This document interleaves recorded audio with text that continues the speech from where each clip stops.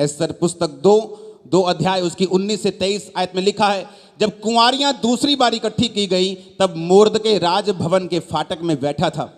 एस्तर ने अपनी जाति और कुल का पता नहीं दिया था, क्योंकि मोर्दके ने उसको ऐसी आज्ञा दी थी कि वो ना बताए। और एस्तर मोर्दके की बात ऐसे मानती थी जैसे उसके यहाँ अपने पालन पोषण के समय मानती थी। 2 चीज़ें आपकी लाइफ में होनी बहुत ज़रूरी हैं।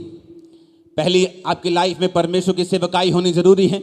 उसके लिए आपको तौबा करनी ज़रूरी है, अपनी लाइफ को सेटल करना ज़रूरी है, माफ़ी को मांगकर परमेश्वर के सामने तौबा करके ये निर्णय करना कि मैं और मेरा परिवार किसी ना किसी रीति के साथ हम सेवा करेंगे। लेकिन दूसरी बात, आप सेवा डायरेक्ट कैसे कर सकते हैं?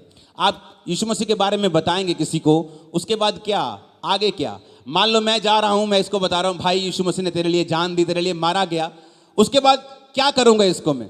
इसका मतलब हर एक व्यक्ति एक जीवित चर्च के साथ जुड़ा हुआ होना चाहिए। मैं सिर्फ अपनी चर्च की बात नहीं कर रहा हूं, जहां भी जीवित चर्च आपको मिले, क्योंकि वचन ये कहता है कि एस्तर ने अपनी जाति राजा को नहीं बताई थी। बाद में क्या हुआ? एक आज्ञा निकली कि सब यहूदी लोगों को मार दिया जाए, लेकिन राजा को यह मालूम नहीं था कि उसकी अपनी पत्नी उसी जाति की है। किसने कहा यह बात नहीं बतानी? मोर्दके ने, क्योंकि वचन ये कहता है कि मोर्दके उसका मेंटर था, उसका बाप था।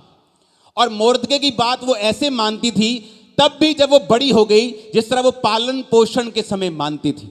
आज बहुत से लोग कामयाब नहीं हो पाते, क्योंकि जितनी बात वो अपने स्पिरिचुअल लेवल के स्मॉल, जब वो छोटे होते हैं अपनी मेंटर की मानते, जब वो बड़े होते हैं उन्हें लगता है कि अब हम सब कुछ खुद कर सकते हैं, और परमेश्वर उनकी ग्रोथ को रोक देता है।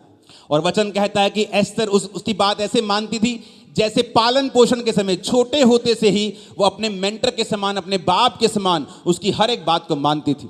और वचन कहता है जो लोग परमेश्वर की सेवा करेंगे, और दूसरा, किसी जीवित चर्च के आप नीचे काम कर रहे हैं, आप उनके दर्शन को अपना रहे हैं। हमारा दर्शन क्या है? मेरा दर्शन है कि ब्रांचेस ओपन होंगी, वो ब्रांचेस काम करेंगी, इवेंजलिज्म करेंगी, अपने पैसे को आप ही के देश के टीवी के सुसमाचार में लगा देंगी। ये मेरा विजन है।